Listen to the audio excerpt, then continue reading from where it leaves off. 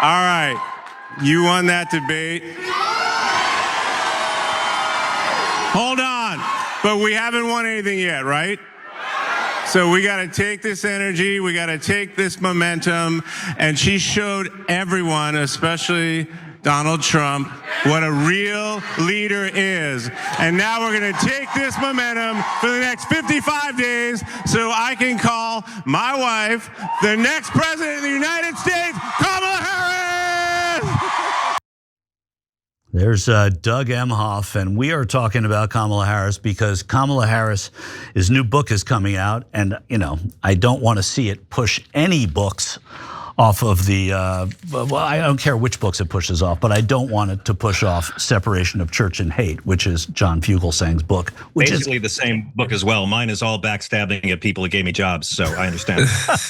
I know some of those people too, John, so it'll be discomforting to read that. But former Vice President Kamala Harris is giving more insight now into what she had to deal with on the campaign trail in 2024. And this time, she's revealing what happened after her debate and at her debate with Donald Trump. Harris has already divulged in excerpts given to The Atlantic that she didn't feel supported by the Biden administration after Biden left the race. And now we're learning that on debate night, Biden's pep talk was anything but that.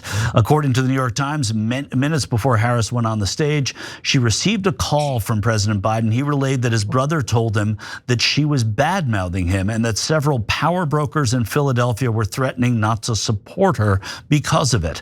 Biden went on to insist that his own disastrous debate performance had not hurt him with voters and that he had beaten Trump, which he'd done in 2016. Harris went on to say, I just couldn't understand why he would call me right now and make it all about himself, distracting me with worry about hostile power brokers in the biggest city of the most important swing state. It didn't help that the day after the debate was the day Biden donned a Trump hat while visiting the Shanksville Volunteer Fire Department in Pennsylvania. Take a look. There he goes. Now, that was kind of awkward. The only one who actually said nice things to her, well, you guessed it, Donald Trump. In private, of course. After Trump's second assassination attempt, Kamala Harris spoke to Trump on the phone. You've done a great job, said Trump. You really have. My only problem is it makes it very hard for me to be angry at you. It's like, what am I going to do? How do I say bad things about you now? Harris then said, well, then don't, Trump. I'm going to tone it down. I will. You're going to see. Harris knew he wasn't being genuine. He even said Ivanka was, quote, a big fan. Harris said he's a con man. He's really good at it. I'd readied myself for a phone conversation with Mr. Hyde, but Dr. Jekyll had picked up the call.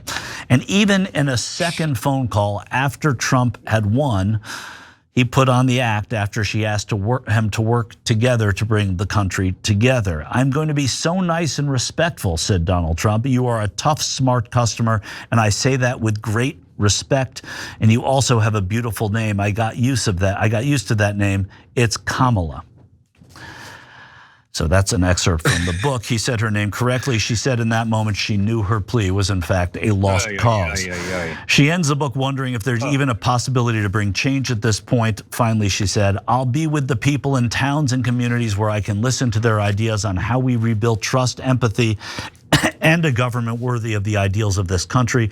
We'd planned for everything, it seemed, except the actual result, which is, something was that people say when they lose elections all the time. I think that when you read these postmortems on election, people are saying, who cares about this book? Who wants to read a book? I think it's fascinating. It was a truncated candidacy. It was the most unusual of our lifetime. And knowing what happened and what was behind the scenes of a president who was still in office and didn't really want to leave, and his vice president running, I don't think Al Gore would glow about the support he got from Bill Clinton's people. George Bush certainly didn't get support from Ronald Reagan's people. So I think this is a familiar theme, but in such an unusual election. What do you make of this tour, Waz?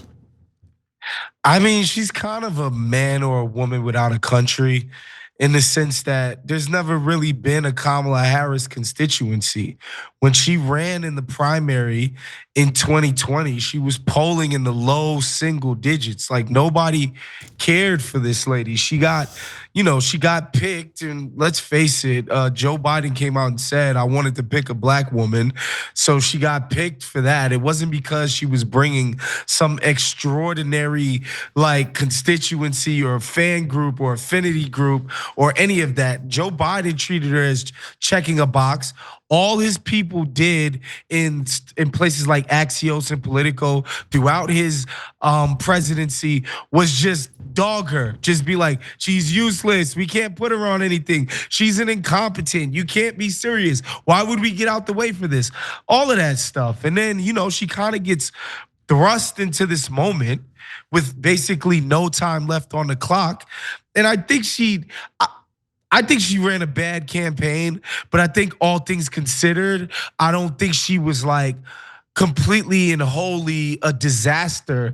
I just think once those consultants and the people who run the DNC get their hooks into you, they kind of got bad instincts, and her campaign followed some bad advice. And now it's like, how do you even put lipstick on that pig? I guess you can always try, but I think the ultimate sign that she's like kind of nowhere with any of this is that, first it was floated, yeah, I'm gearing up for 2028. I'm coming back for you guys. I'm coming back to save the country. Then it was like, oh, you know what? I'm gonna take Gavin Newsom's seat because I'm a California person and blah, blah, blah. All of that is zip, gone, done. She's done.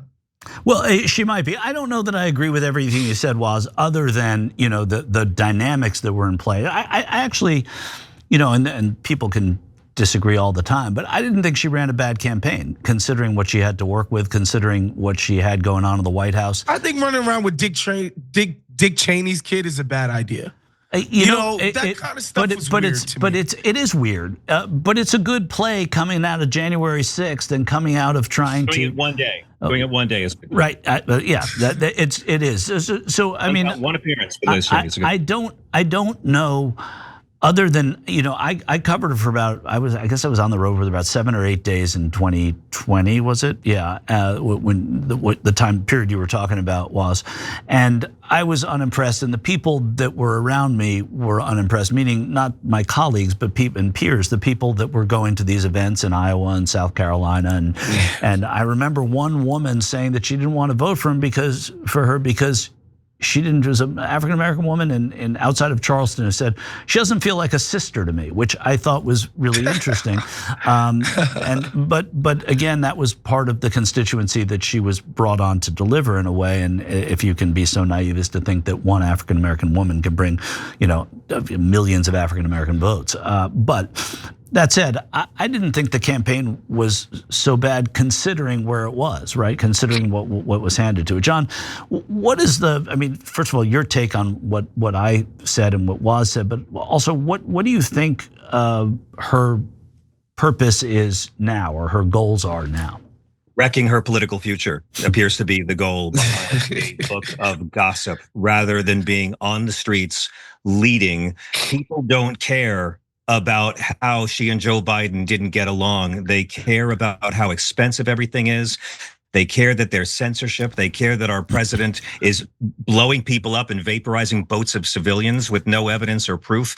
No one cares. Kamala Harris, even by calling this book 100 Days, it's drawing attention in the wrong way.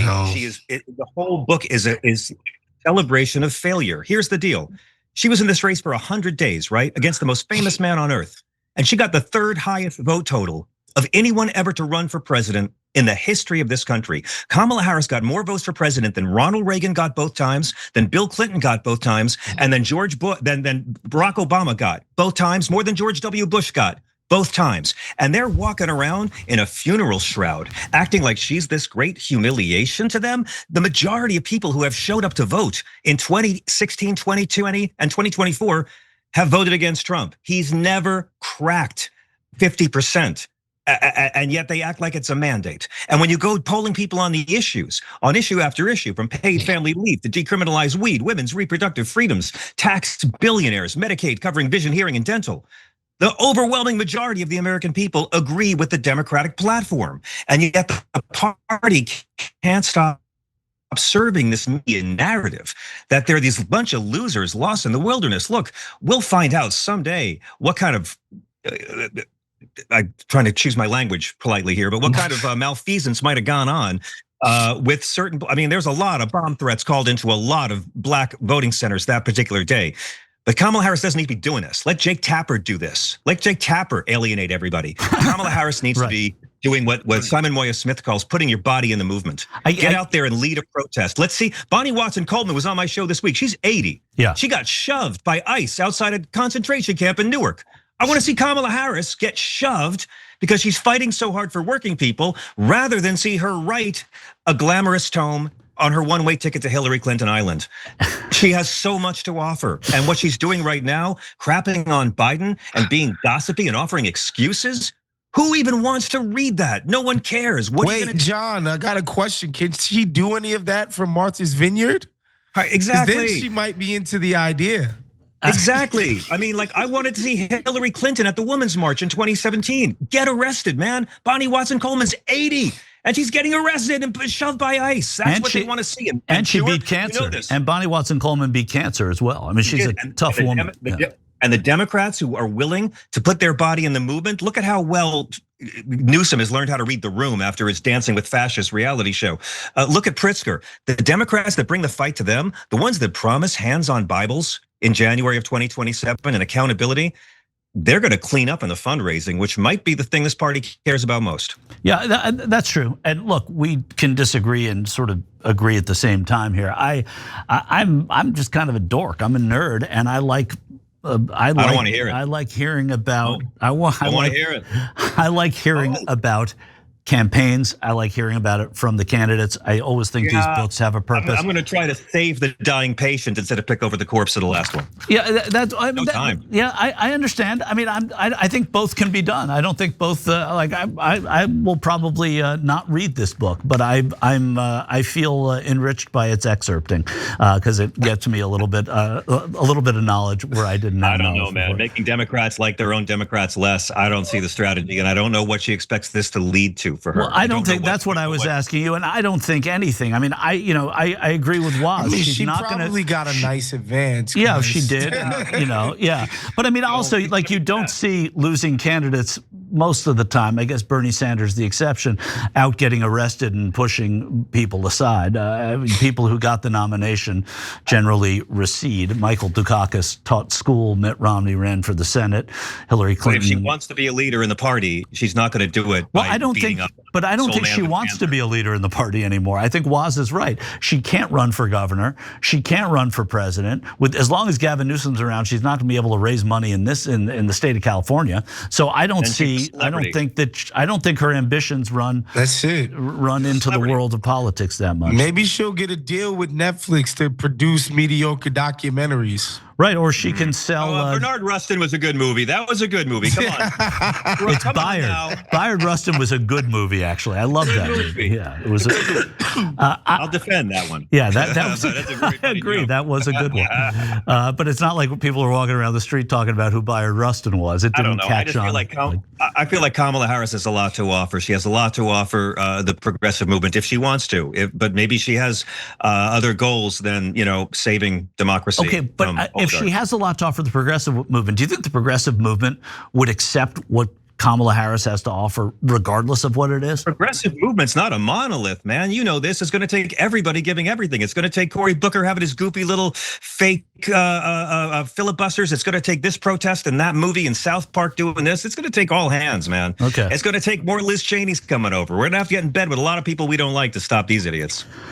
Yeah, it worked with some of those people, Woz. It definitely didn't work with Liz Cheney. It may have worked a little bit with Joe Walsh. Mark Cuban. I mean, it was one day with Liz Cheney. One day, and that's all we needed. Then move on. Right. Well, Liz Cheney was sticking around. She had no place else to go to because she didn't have a home either. Cabinet position. and they vastly overestimated her popularity. I mean, she can get arrested in Wyoming. Yeah. Okay. Well, that's true. Yeah. They don't love her even in her home state.